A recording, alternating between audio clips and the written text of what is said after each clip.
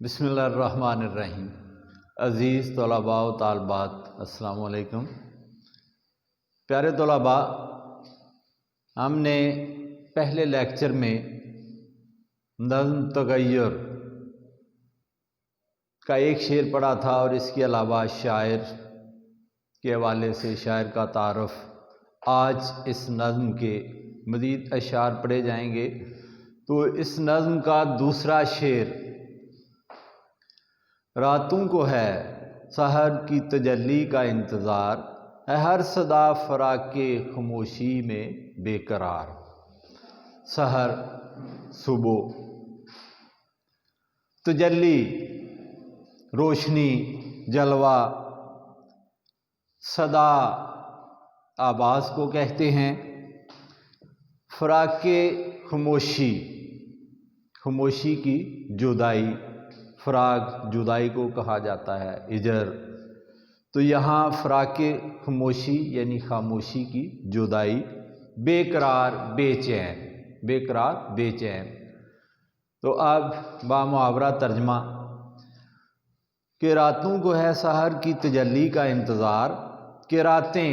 صبح کے جلوے کا انتظار کر رہی ہیں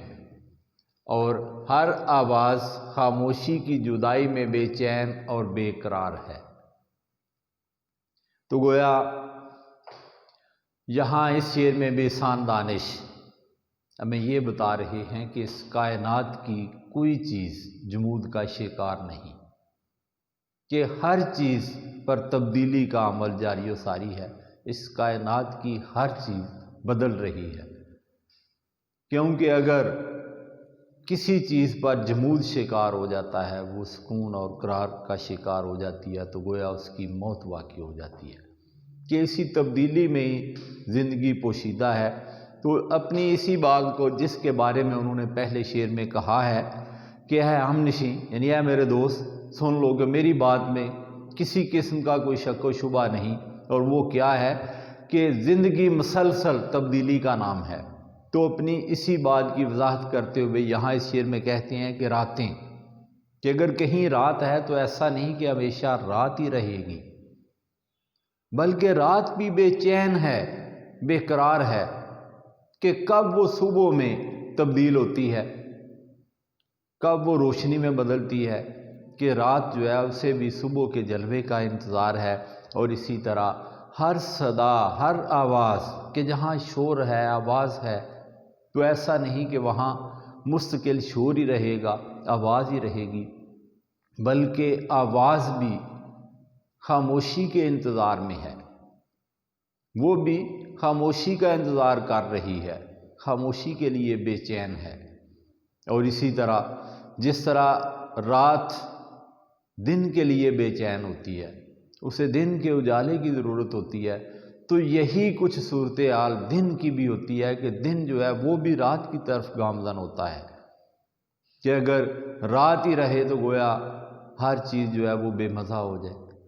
ہر چیز پر جمود طاری ہو جائے۔ اور اسی طرح دن بھی ہمیشہ نہیں رہ سکتا، کہ رات کے بعد دن، دن کے بعد رات ہوتی رہتی ہے۔ اور کچھ یہی آواز کے ساتھ بھی ہے، کہ اگر آواز مستقل آواز رہتی ہے، شور کی حد تک پہنچ جاتی ہے، تو اس سے بھی انسان تنگ آ جاتا ہے، اکتا جاتا ہے، اکتاہٹ کا شکار ہو جاتا ہے۔ تو اسی طرح آواز خاموشی کے لیے بے چین ہے،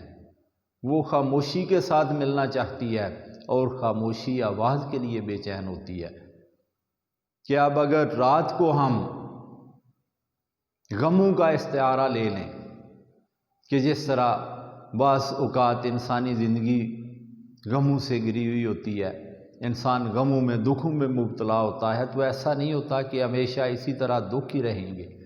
کہ ایک دن ایک وہ وقت آتا ہے کہ دکھ جو ہے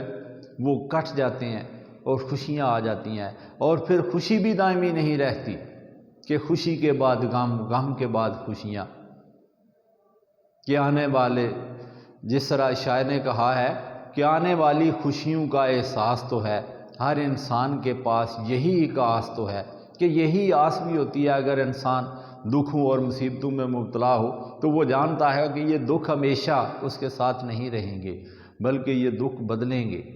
اور دکھ کی جگہ خوشی آئے گی، اور اسی طرح خوشی کی جگہ غم آتے رہتے ہیں کہ یہ وقت حالات جو ہے وہ بدلتے رہتے ہیں، ہمیشہ ایک جیسے نہیں رہتے۔ اور جس طرح حیدر علی آتش کا شعر ہے، وائے دورے میں خوشگوار راہ میں ہے، خزاں چمن سے آ جاتی بہار راہ میں ہے، اور یہی کچھ حالت صدا کی، آواز کی، خاموشی کی ہوتی ہے کہ اگر ایک جگہ خاموشی ہے، جیسے صحرا کو لے لیں جہاں ویرانی ہوتی ہے، تو ایسا نہیں ہوتا کہ وہاں ہمیشہ ویرانی رہے گی، کہ بعض اوقات ایسا ہوتا ہے کہ کہیں پہلے صحرا تھا، آج وہاں شہر آباد ہو جاتا ہے، اور بعض اوقات جہاں شہر ہوتے ہیں وہ کھنڈرات میں بدل جاتے ہیں۔ تو گویا یہ چل چلاؤ اس کائنات میں لگاتار موجود ہے، اور کائنات کی کوئی چیز بھی جمود کا شکار نہیں، کہ جیسے شاعر یہاں حوالے کے طور پر لکھا جا سکتا ہے کہ دلیل صبح روشن ہے ستاروں کی تنک تابی، دلیل صبح روشن ہے ستاروں کی تنک تابی، افق سے آفتاب ابھرا گیا دور گراں خوابی۔ اور اسی طرح اللہ تعالیٰ قرآن میں بھی کہتا ہے، اور ہم زمانے کی یہ گردش لوگوں کے درمیان بدلتے رہتے ہیں۔ اب یہ زمانے کی گردش کیا ہے؟ زمانے کی گردش کیسے بدلتی ہے؟ اب اس سے مراد یہ ہے کہ جیسے آج کوئی قوم، کسی قوم کو عروج حاصل ہے، آج کسی قوم کے پاس حکومت ہے، شان و شوکت ہے، تو ضروری نہیں کہ ہمیشہ اسی کے پاس حکومت رہے گی، کہ حالات بدلتے ہیں، اور وہی قوم جو آج حکمران ہے کل کو غلام بن جاتی ہے، اور یہی کچھ حساب انسانوں کے ساتھ ہوتا رہتا ہے۔ اور یہاں آئے دن ہم ایسی مثالیں دیکھتے ہیں کہ جہاں اپنے ملک کی اگر بات کریں تو بعض اوقات ایک ایسا حکمران آتا ہے کہ جو ہاتھ لہرا لہرا کے، مکہ لہرا لہرا کے کہتا رہا کہ مجھے حکومت سے، کرسی سے کوئی ہٹا نہیں سکتا، لیکن آج دیکھیں اس کی کیا حالت ہے۔ اور یہی حالات جو ہے وہ ہمیشہ بدلتے رہتے ہیں۔ تو گویا یہاں اس شعر میں بھی شاعر یہی کہنا چاہتا ہے، یہی بتانا چاہتا ہے کہ ایک جیسے حالات کبھی نہیں رہتے، حالات جو ہے وہ بدلتے رہتے ہیں، اور حالات بدلنے کا انحصار دار و مدار کوشش پر ہوتا ہے، کہ اگر انسان کوشش کرے گا تو اس کے حالات جو ہے وہ بدلیں گے، کہ کوشش کرنے سے حالات جو ہے وہ بدل جاتے ہیں، کہ جیسے اقبال نے بھی کہا ہے، عمل سے زندگی بنتی ہے جنت بھی جہنم بھی، عمل سے زندگی بنتی ہے جنت بھی جہنم بھی، یہ خاکی اپنی فطرت میں نہ نوری ہے نہ ناری ہے۔ تو اس کے بعد دوسرے شعر کی طرف آئیں گے، تیسرا شعر، اس نظم تغیر کا تیسرا شعر۔ تیسرے شعر میں شاعر کہہ رہا ہے، سوئے خزاں بہار گلستاں روانہ ہے، سوئے خزاں بہار گلستاں روانہ ہے، ہر برگ کا سکوت سراپا فسانہ ہے۔ سوئے خزاں یعنی خزاں کی طرف، پتھ جڑ کی طرف، بہار گلستاں،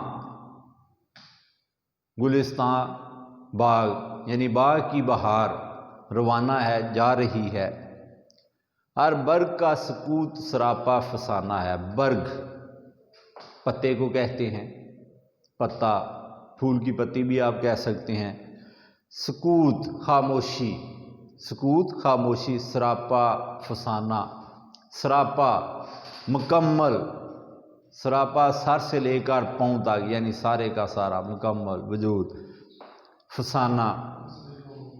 کہانی اور قصے کو بھی کہتے ہیں، گڑی ہوئی بات، جھوٹی بات،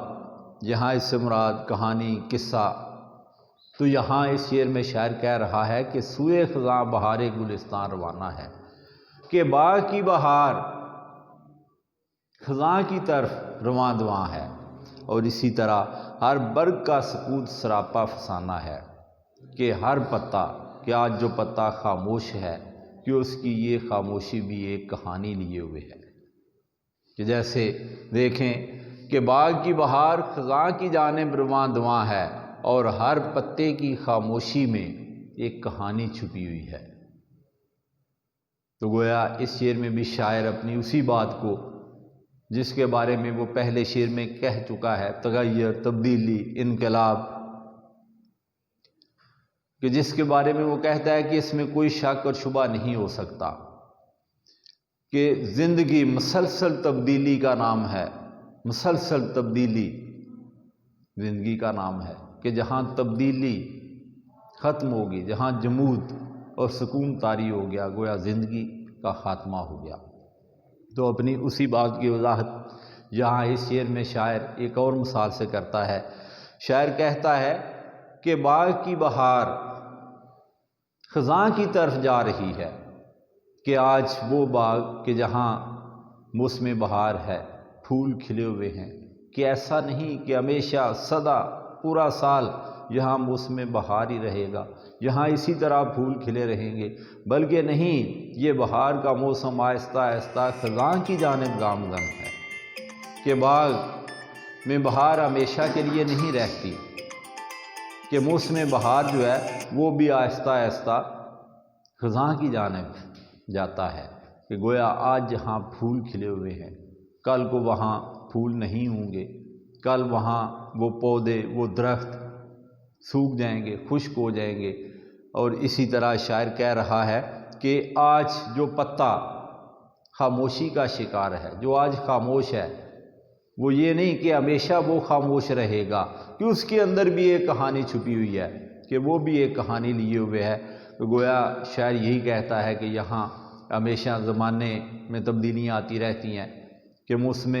خزاں کے بعد موسم بہار آتا ہے، گرمی کے بعد سردی، سردی کے بعد گرمی، اسی طرح دن کے بعد رات، رات کے بعد دن۔ گویا اس کائنات کی کسی چیز کو بھی سکون اور ثبات حاصل نہیں، کہ سکون محال ہے قدرت کے کارخانے میں،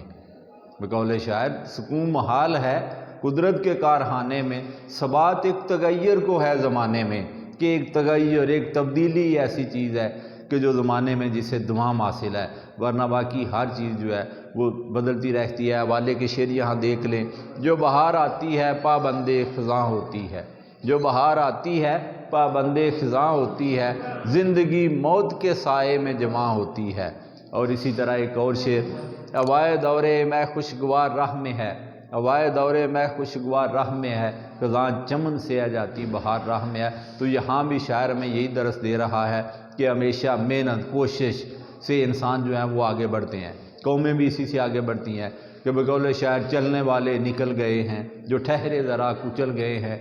تو بیٹا آج یہ 2 اشعار کی تشریح مکمل ہوئی، تو آج کے لیے اتنا ہی، اجازت دیجیے، کل پھر ملاقات ہوگی۔ شکریہ، خدا حافظ۔